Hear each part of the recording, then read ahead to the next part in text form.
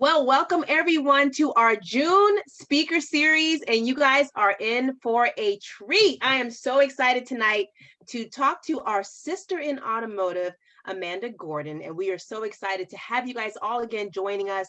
This is our speaker series. We do them every single month where we highlight women in automotive who have amazing stories and testimonials to share their journey in automotive with all of you, our tribe of allies, sister friends, girlfriends, and automotive professionals. So can you imagine we've been doing this for almost a year? I mean, we are getting ready to have our 1 year anniversary coming up in just a few months. And it couldn't be a better countdown than with Amanda. So I'm so excited today as we talk about our founders, the ones who started WOCAN. Myself, my name is Erica Tiffany. I am a sales manager at a Nissan store here in Atlanta. And the other founders we have Patrice Banks, who is joining with us. She is the CEO of Girls Auto Clinic, which, if you do not know, is in Philadelphia. It's an all-girls garage where you can get your oil change, your tires rotated, mechanical work done on your car while you get your hair and nails done in the boutique. All female technicians, absolutely amazing. She's one of the co-founders of WOCAN. And then our very own president, Carrie Wise, who is now the VP of marketing at AutoFi. We're so excited. If you hadn't heard the news since our last event, she has a wonderful transition to an amazing new job. And we are so excited about all the wonderful things that she's doing there. And then again, the one and only Amanda Gordon, who is the CEO of Gojo Auto. We're so excited to hear her story. She is the very first Black woman to own her own dealership in the state of Colorado, and she's going to tell you exactly how all of that started here tonight. As you guys know, WOCAN was started by us last year in August. We really wanted to come together and just bring the tribe of women. It's so hard being a minority woman in automotive. We wanted to make sure there was a community that supported, empowered, educated, enlightened, and created a community for us to connect and share and be amongst each other. So you're in for something special if this is your first. We have a lot of our regulars who are joining us again, and we have so much great information to share with you guys tonight. WOCAN offers several different opportunities. We have our monthly speaker series, which is what we're doing right now. Our educational workshops, we've had Google participate in those. We have our quarterly member meetups, which are so fun. Imagine it's like speed dating, but with your girlfriends. So you get to go into different rooms, talk about your job, talk about your careers, your fears, your likes, your dislikes, and just have like little small group sessions, intimate, and get to meet other women in automotive. We have our Facebook group. If you're not a part of that, you got to join, because we have our private group where we get to talk about things that we don't talk about in public, a place to really just commune and fellowship with other women in the business on social media. And last but not least, my favorite part, are scholarships, where we really just pay attention to being able to give back to the community, to support women in automotive by paying for training courses, sponsoring classes, and doing other things to promote education in automotive. So we're so excited about having you guys all join us tonight. And without further ado, I will pass it on to the one and only Carrie Wise.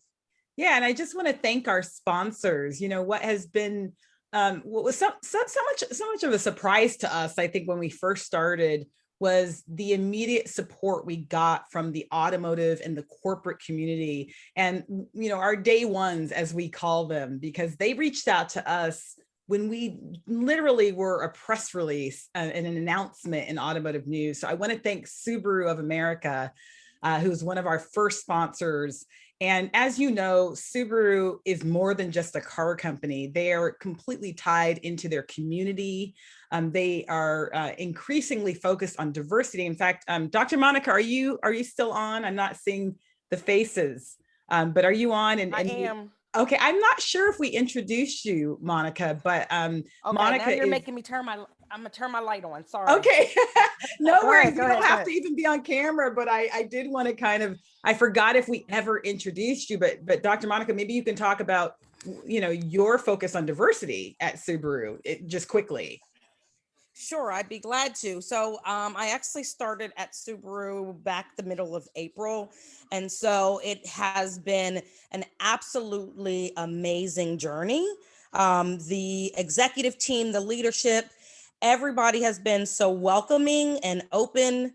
They've had an open heart and open mind to some of the concepts and the processes we've already put into place. We are looking forward to maybe being able to bring some of that to one of the, I think, the development sessions, maybe in September, so you guys can learn a little bit more about who we are and what that more than a car company really means, and how we're tapping into getting to know our employees at a different level, not just about the what and the how, meaning the work that we do, but the who and the why, who our employees are and why they are working at Subaru and doing such an amazing job. So stay tuned, hopefully more to come. And Carrie, thank you for the opportunity to introduce and share a little bit about what we're doing and who I am. Absolutely. It's a very exciting position at Subaru, and a big task you have in front of you in terms of diversity and inclusion and equity that will really impact not just Subaru, but the entire industry, I believe. So appreciate you being on. TrueCar is my former company, but I still hold a special place in my heart. I think Matt Jones, you're on, aren't you? Matt, are you there? No, I'm right here. Of course I am. Yes. Yeah, Matt, listen, while we introduce Dr. Monica, we might as well let you say a few words on TrueCar and your focus on diversity. Well, being a diverse individual myself, it just makes perfect sense. I think that when people have the opportunity to go work for a company that seems to represent diversity as well.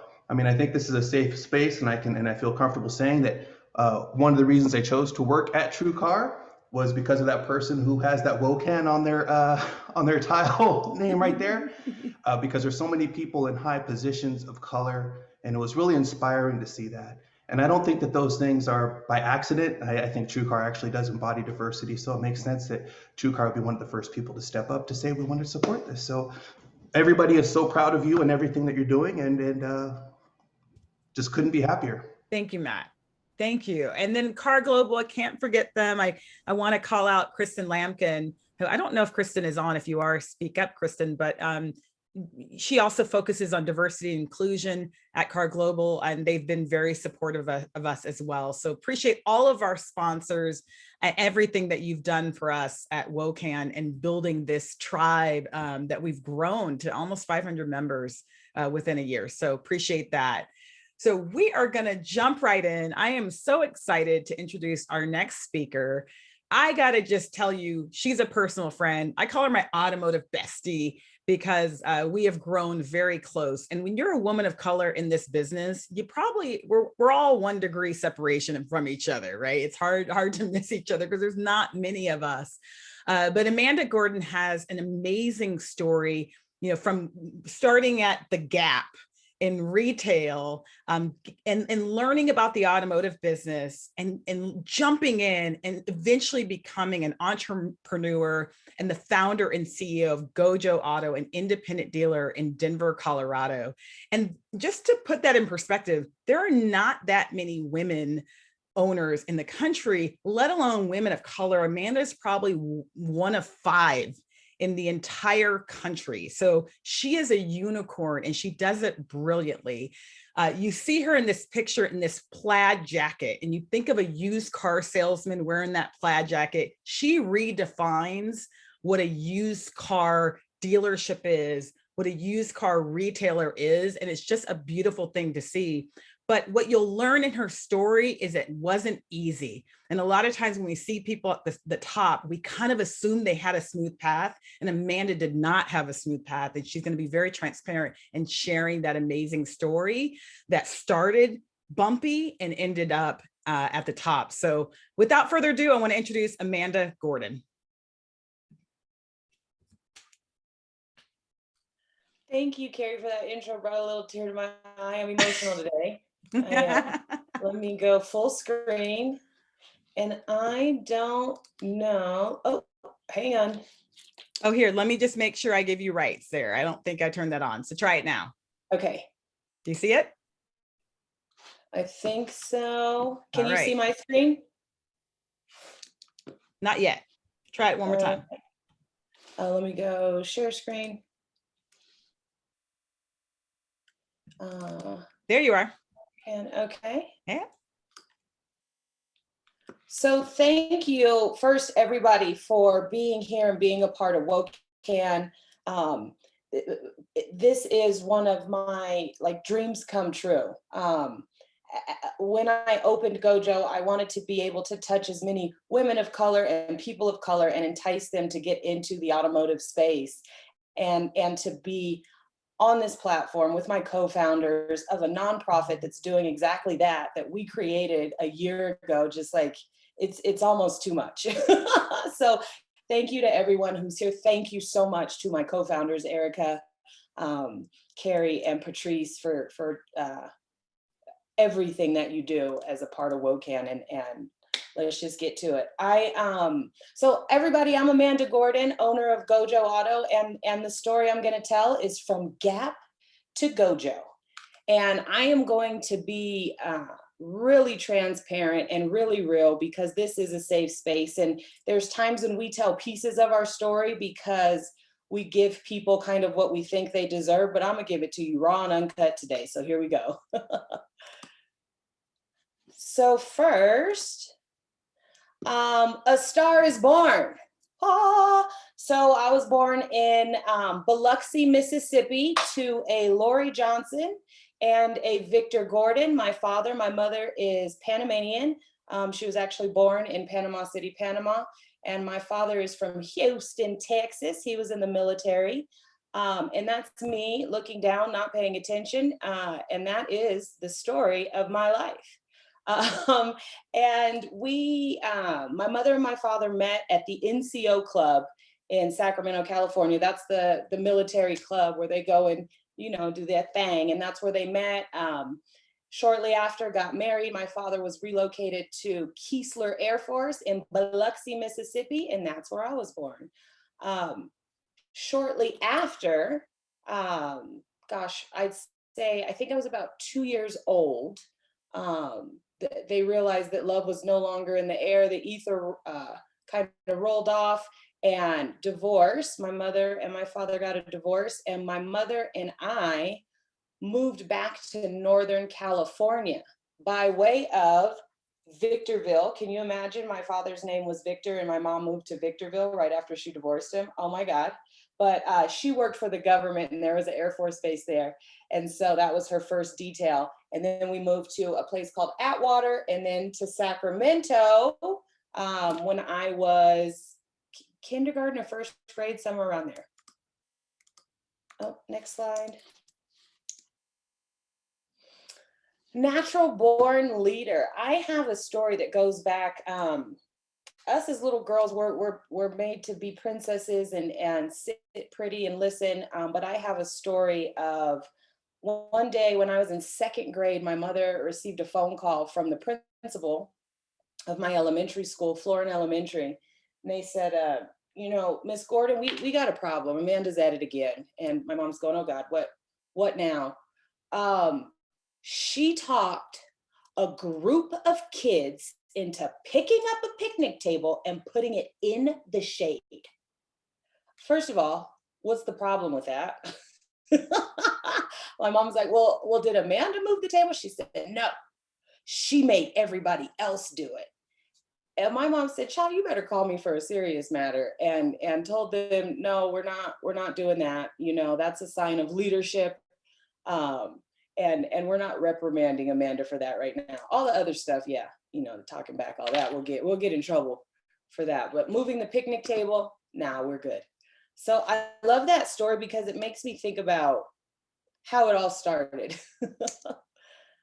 Softball diva. When I was in third grade, I want you guys to just take a moment to find which one I am, because Carrie tried it and she was wrong like 5 times when we walked through this.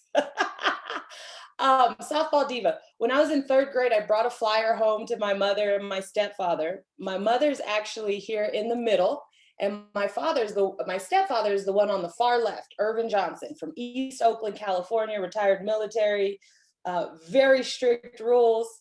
And then there's my mom, Lori, in the middle.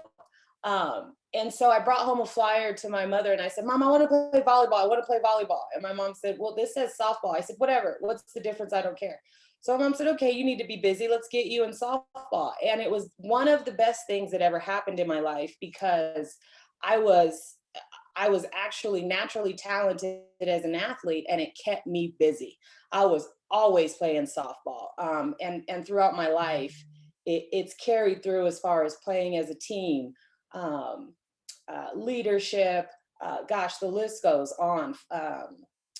Prevailing through adversities, all of that. So for those who don't know, that's me on the middle row, far left. Middle row, far left, looking up and giggling. Yeah, a couple people got it wrong, Amanda. We had who got it right? guessing, Nobody. Why did we had people guessing you were the bottom left, which is what I guessed. I think. Thelma. Right? That's Thelma. That is so funny. And I remember like everybody was like on this team because we, you know, you have like 10 and under, 12 and under, 14 under. So we've all progressed together throughout our softball careers. And I still talk to some of these girls, which is cool. So that's Pops, top left, stepdad, mom's in the middle, and that's Auntie Jackie on the right. Softball is just a part of my life. All right, next. Intro into the car business. So this is my first interaction with the car business. So I'm flash forward, I'm 16 years old. It's my actual birthday. And my mom says, all right, you got your permit. You've done everything you're supposed to do. Softball's looking good. Grades are good. Time to get you a car, your first car. Heck yeah, what am I going to get? A Camaro? I wanted a Chevy Blazer. That didn't happen. But my mom was getting me a car, so I was excited. So it was her and I.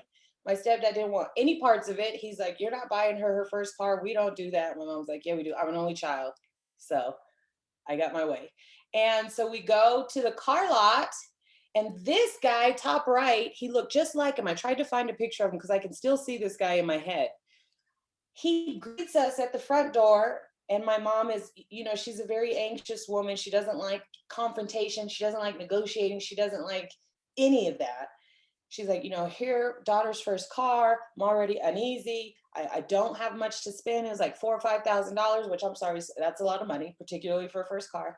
And the guy's like, as soon as he hears the price range, he's like, oh my God, really? And he's like, well, come on, let's, you know, like go to the back 40. Like, so he takes us to the budget lot, right? And he's not really showing us any cars. My mom and I are kind of doing our own self-supported shopping here. And my mom's stressed. I was like, how much is this one? He's like, I don't know, whatever, you know, it's in your budget. And finally, the guy says, you know, will you guys like hurry up and make a decision? Because I'm not making much money off of this transaction. And I can remember looking at him like, what a butthead. And so we end up getting this 1996 Hyundai Accent that was a manual transmission. And I am in hog heaven. I am so excited. I've got my first car, but only caveat is, number one, the guy was a butthead. So it was like the worst experience ever. And second, I don't know how to drive a manual transmission. How am I going to get home? So my mom says, don't trip, honey dip. We're going to go over here to this parking lot. I'm going to teach you how. So we go over to this parking lot. My mom gives me about a 30-minute lesson on how to drive a manual transmission. And then, oh, we got blue lines. On how to drive a manual transmission. There they go. On how to drive a manual transmission. And, you know, for those of us who still know what a manual transmission is, those first few lessons of getting out of first into second, that's not fun, right? It's stressful, high anxiety. I'm 16. I just want to go home with my new car, but I can't because it's a manual. So finally, my mom says, all right, we're ready. Let's go home. So I go to jump in her automatic transmission Ford Taurus. She says, oh, no, honey. You're driving your car.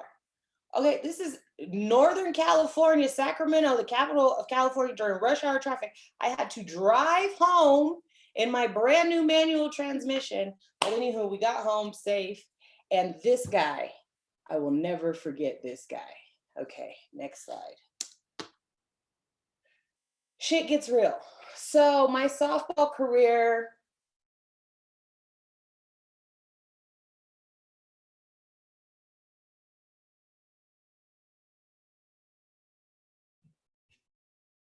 is everyone seeing Amanda frozen, or is it just me? Yeah, I thought it was me, but yeah. Okay. Man, this virtual environment. I can't tell her story as good as she can tell her story. So let's get. Am I frozen? You're back now. You Oh were my frozen gosh, for I'm a so second. sorry. All right, you're back. Oh, I'm so sorry. No Okay, worries. so we're back. Okay, sorry about that. So shit gets real. My softball career starts taking off. I'm all conference, all American. I'm a walk-on varsity my freshman year at high school. But I also discovered three things. That's sex, drugs, and alcohol.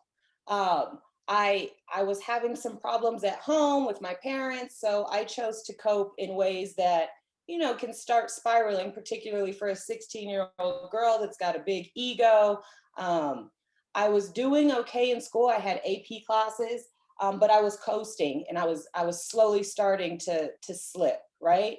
But I was still a bad butt at softball, so it was kind of being overlooked. As long as I was maintaining my softball career, teachers were kind of passing me and pushing me along, not giving me truancies or tardies. I was kicking it while underneath the troubled waters, I was suffering. Oh, back. So how did I go back, Carrie? so underneath, I was suffering. So in that space, in that time of high school, I was in the 12th grade, senior year. I had a lot of opportunities pouring in from colleges. I had a full ride opportunity that I was really interested in, and that was with Florida A&M as a walk-on first baseman.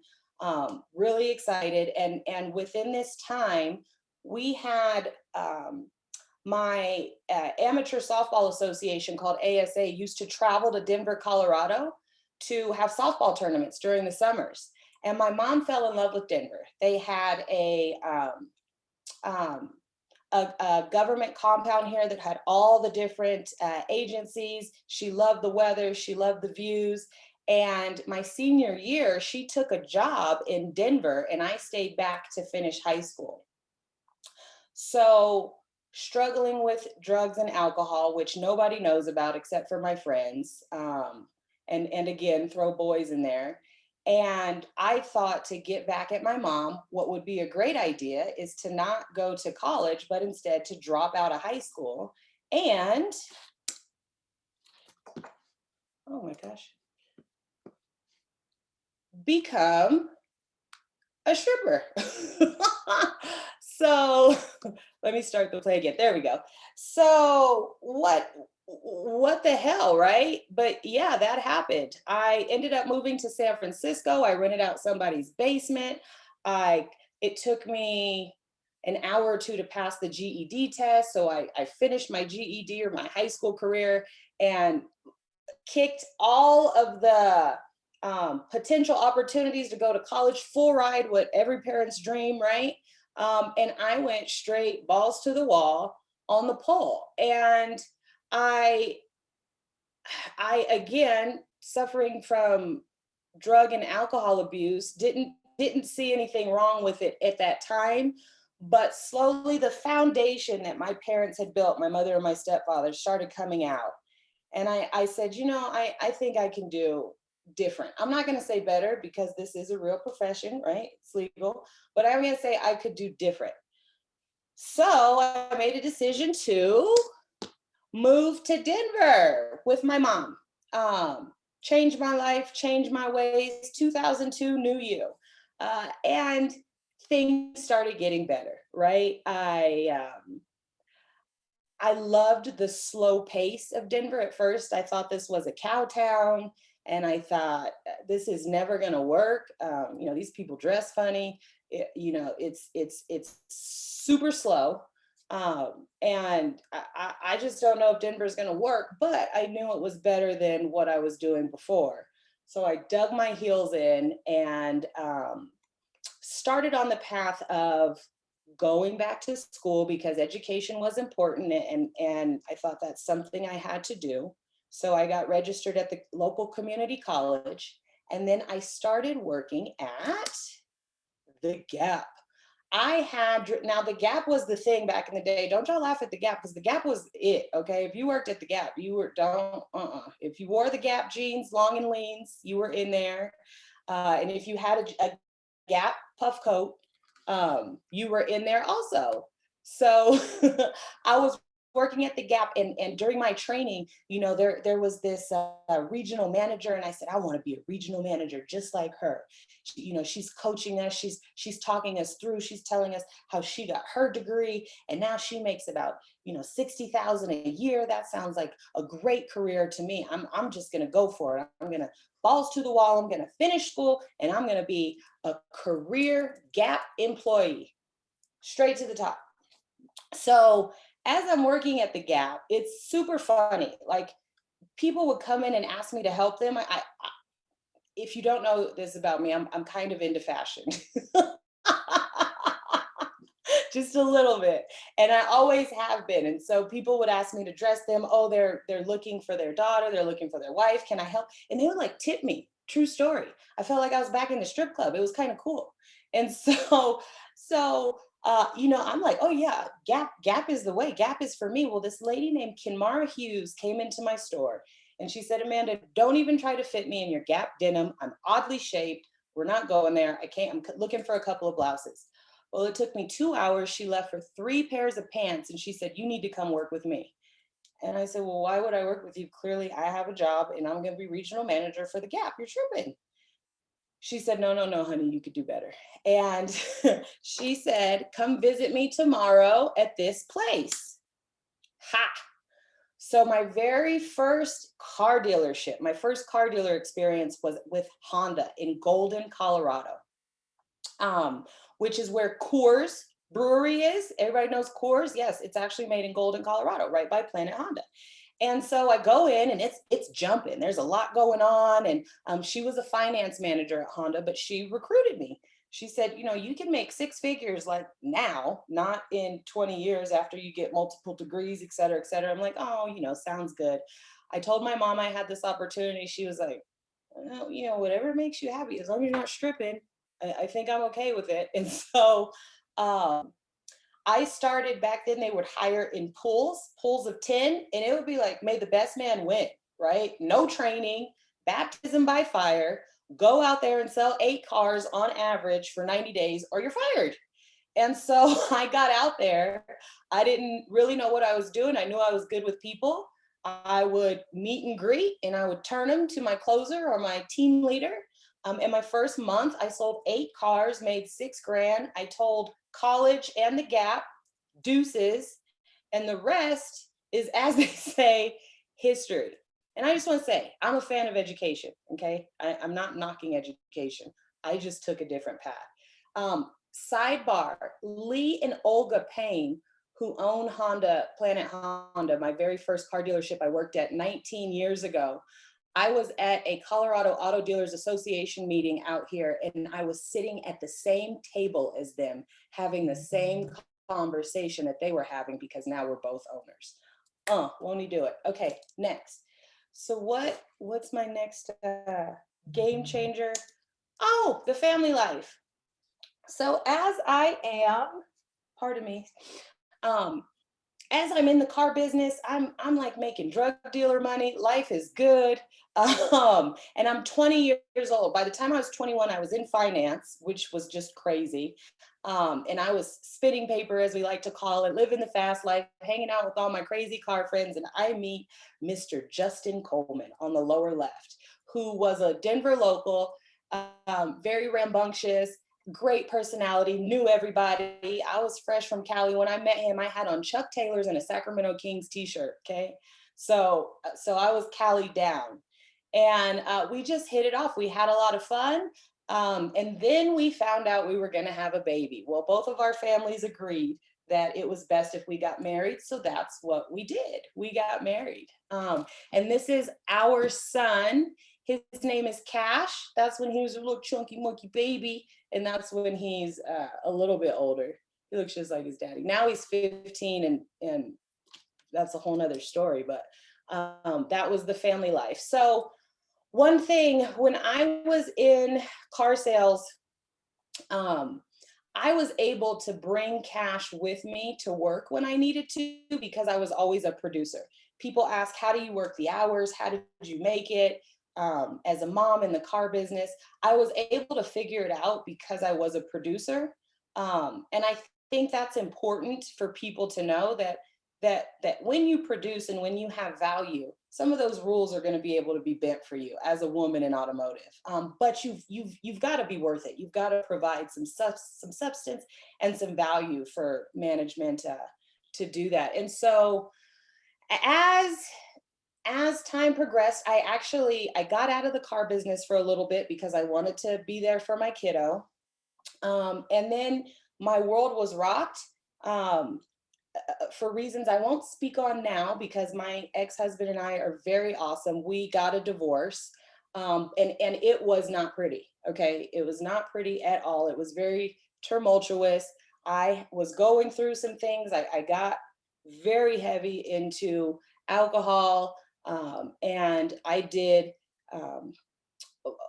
the only thing I knew how to do at that time, which was stripping. I got back on the pole. So I had the freedom of flexibility of schedule. I didn't have to worry about anyone telling me where to be, what to be. I figured my son was young enough to not even know what mommy was doing. And I did. I wilded out, honey, let me tell you, because it allowed me to be wild and crazy and do my alcohol thing and do whatever the heck I wanted to do. And it was normal. Right? It was normal business as usual. And I did that for 2.5 years, I want to say. And then I ended up meeting someone. We were getting serious. So I got out of the stripping game again and back to the biz.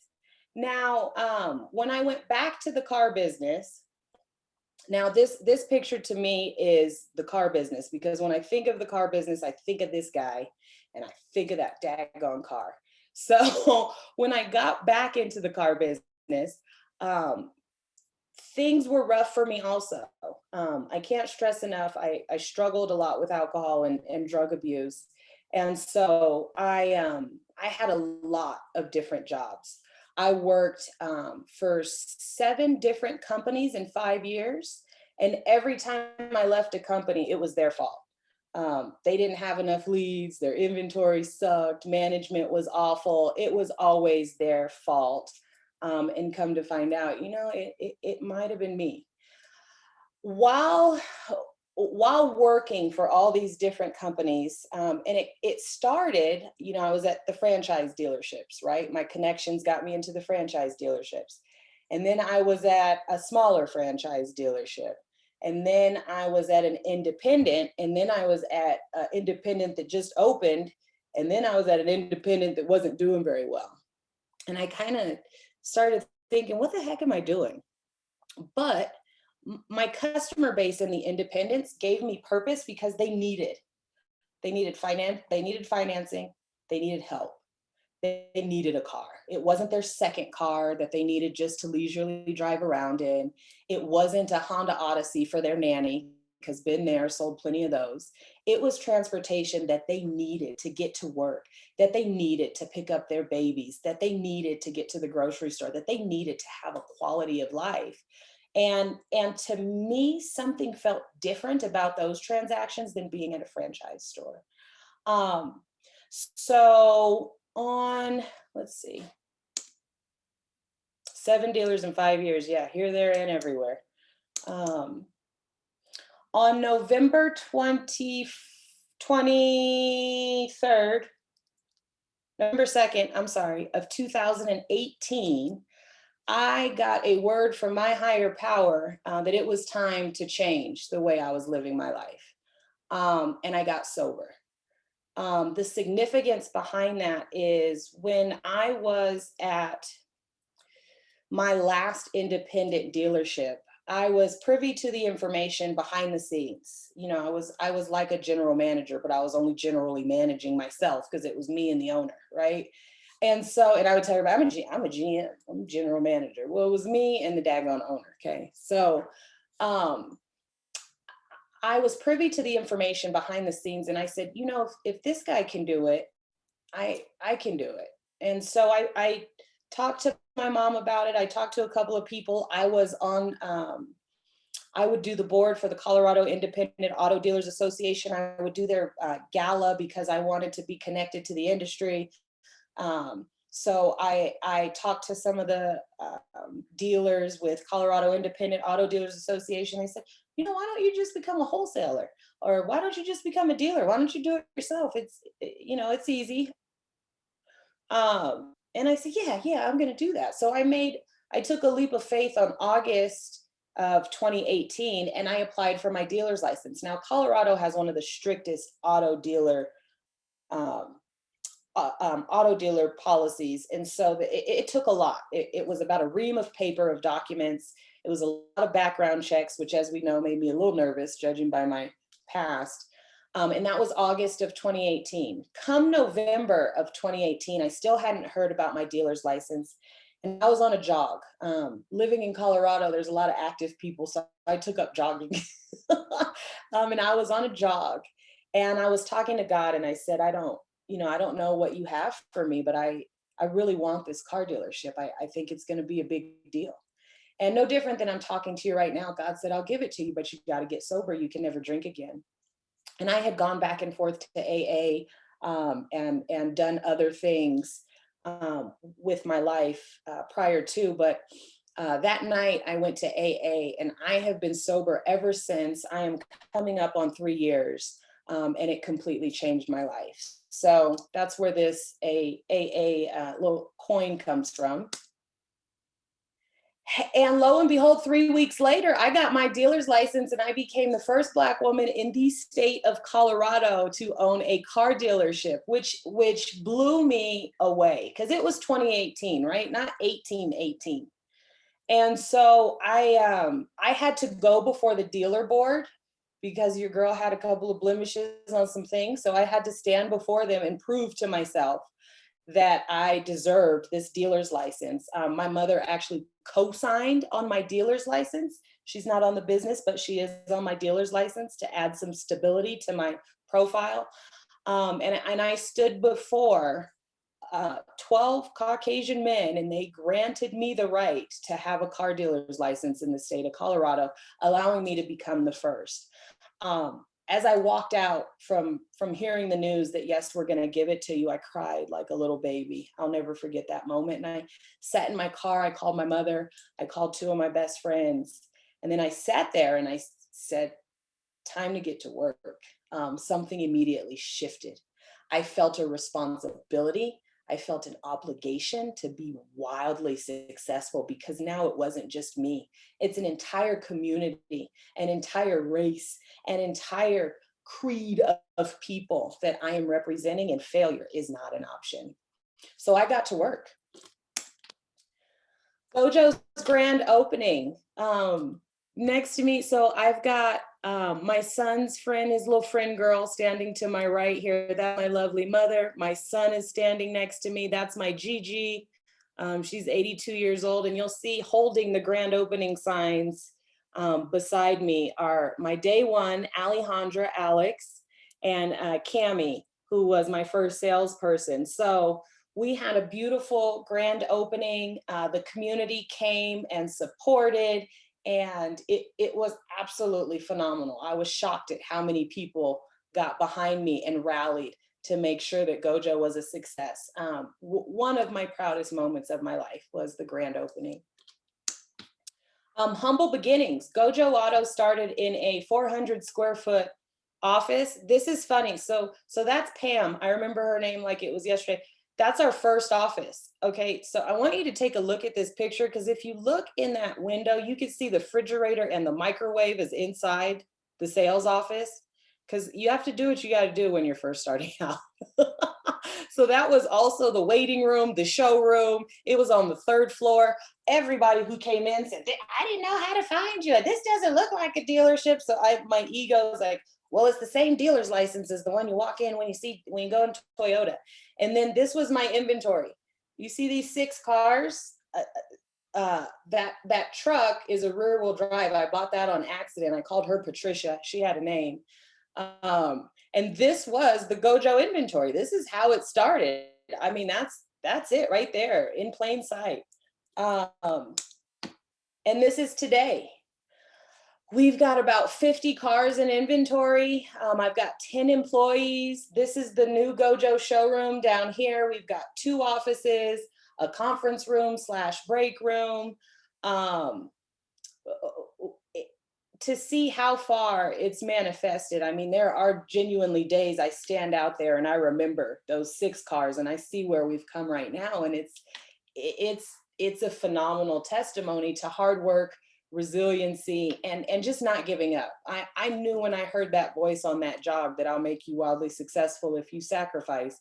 I've sacrificed, I've put in the work, and you know, seeds are coming through, and it's beautiful. I have a majority female staff and majority minority staff, and I don't put ads out that say Black people wanted, but by representation, by me being and looking like what I look like, they're attracted to that. If they can see it, they can be it. And we walk in that embodiment every day. And it's so cool.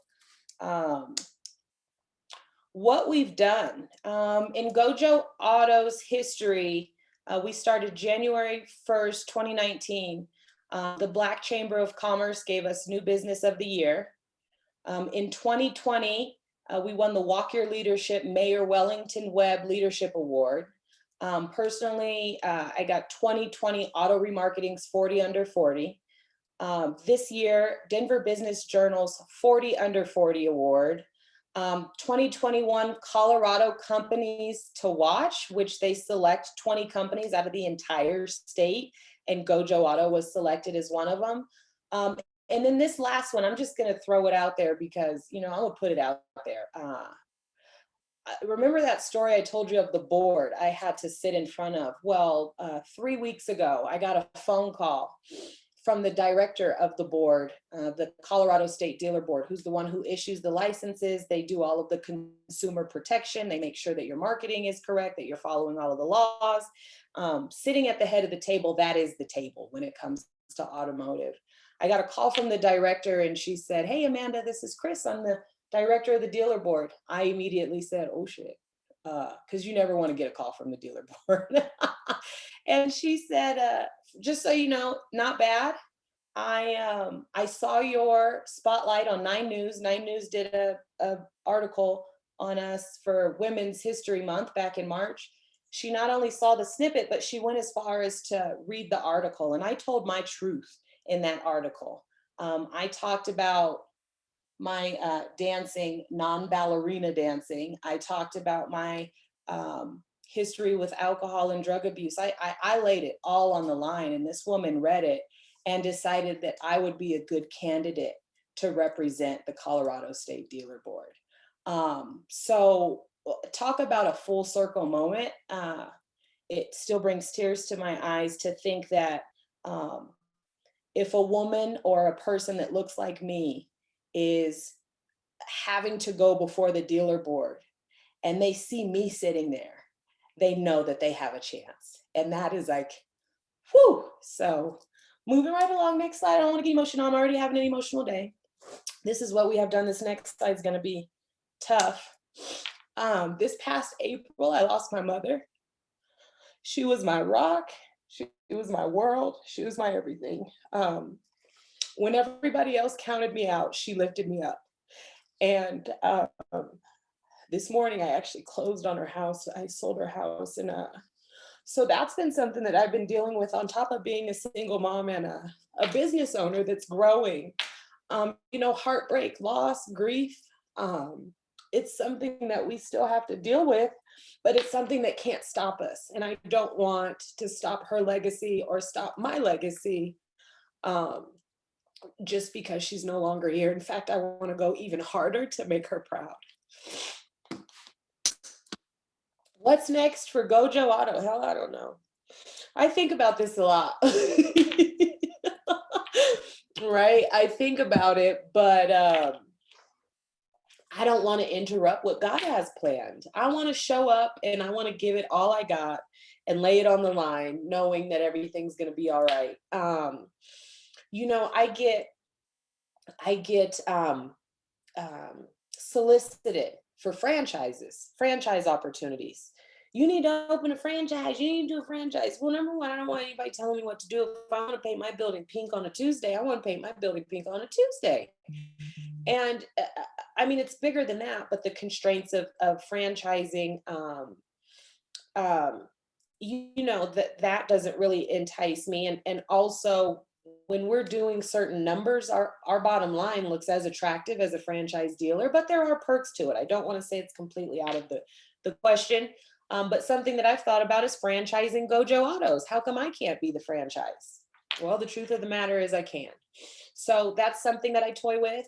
I know growing Gojo Auto to get as big as I possibly can so that I can have the biggest possible influence, so that I can have the biggest effect of having more women in the automotive space, right? Because that's something that I set out to do and something that we're doing, not just with Gojo, but here with WOCAN. It's my passion, it's my heart. It gives me purpose. And I don't have to do this. I get to do this. And it's who I am. It's not what I do. It's who I am. It is embedded in the fabric of my soul. When I'm out and about here in town, and Denver's got 2 million people in Denver proper, I get, hey, you're Gojo. And there's nothing that makes my heart flutter more. It's so cool to see. And so what's next is we're going to keep pushing. We're going to keep growing Gojo as big as we can. We're going to help make some phenomenal decisions for Colorado dealers on the Colorado dealer board. We're going to make sure WOCAN is as strong and as connected as it can be across the country and globally. I'm just going to stay rooted. I'm going to stay thankful and grateful and stay trying to make my mother proud. And be the best mom that I can be also simultaneously. It sounds like a lot, because it is, but I'm proof that it's possible. And I know that the best days are yet to come. So I want to thank everybody for listening to my story. And sorry, I'm emotional. But this is what it is. Okay, damn it. It's up, down, it's all around, but it's beautiful. And I'm thankful to be able to share this with all of you. So thanks for listening. Thank you, Amanda. This is such an amazing story, and I knew the story, but even then, it just, when you hear it, it's amazing. And it's what I was saying about when you see someone at the top, you oftentimes don't know the story, and people aren't really willing to share, their stories either, rightfully so. That takes a lot of courage to share your downsides and the dirt in some ways, in addition to your triumphs. It's much easier to talk about the good, right? And the triumphs. Right. And Amanda, I want to, first of all, how can they reach you? Is there an email that they can I'm reach sorry. you at? I didn't see that last slide. Yeah, that's okay. Just you can just share it. I'll put it in the chat. Contact Amanda at gojoauto.com. And then if anybody needs a car, we ship nationally. Okay. gojoauto.com, period. And then, but Amanda at gojoauto.com, I'm extremely accessible, happy to help. There were plenty of people who helped me get to where I'm at. So I am more than happy to help lift up the next one.